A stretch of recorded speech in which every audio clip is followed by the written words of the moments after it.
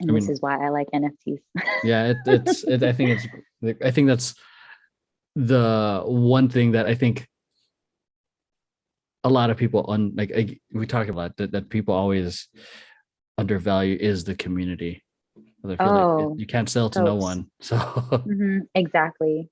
And that's like a hard thing right now with, I think, dance NFTs is we're still trying to understand the buyers, like who are dance NFT buyers. And that's still mm, very new. So I feel like a lot of people are going to experiment with like utility and what that's like. The first NFT that we sold, Frantic, was like, if someone pays $10,000, I'll fly and I'm gonna cook you like a home cooked meal. hey, let's go. No one paid $10,000 USD. And then even Lorena, she was like, she was giving away these like a collection of 10 DVDs, or not DVDs, videos of whacking classes.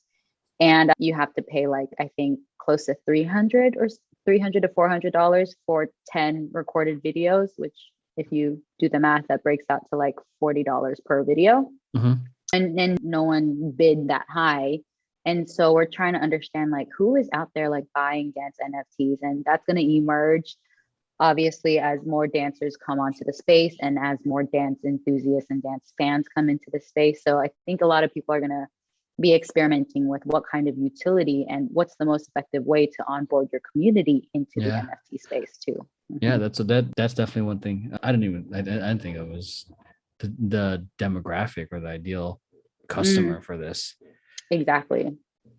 Yeah. And that's important to know because when you know who the demographic is, then you know how to effectively sell. Yeah. But we don't know who they are right Yeah, now. exactly. Yeah, Hmm. yeah. It could be the art collector. So what do art collectors like about art that they collect? It's Yeah. because they're, maybe they support the artist, right? Maybe because they believe in the artist's mission. And maybe it doesn't have to do so much with the visual, but maybe they love the artist and what they're trying to do. It's important for the artist to talk about their story. Yeah.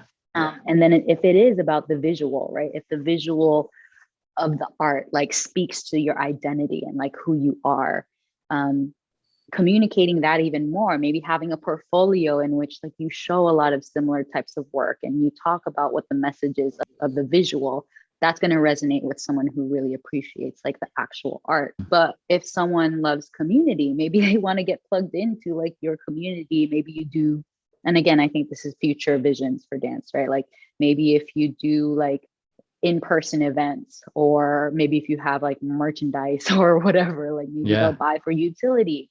This is all going to be like emerging things, again, data that we all need as a community to be able to understand how can we enter this space, how can we maximize on the possibilities here, and how can we learn from the people who are in the space. Oh yeah. Man, Yeah. this is great. Okay, so we're like an hour 16. I know we said only an hour, but we just kind of went in. Okay, so Yeah, I got yeah. one random, not random. I got a question from one of my chats. Because it's not, it's a completely off from what we've done, what we were Oh. talking about, but it's more like dance related.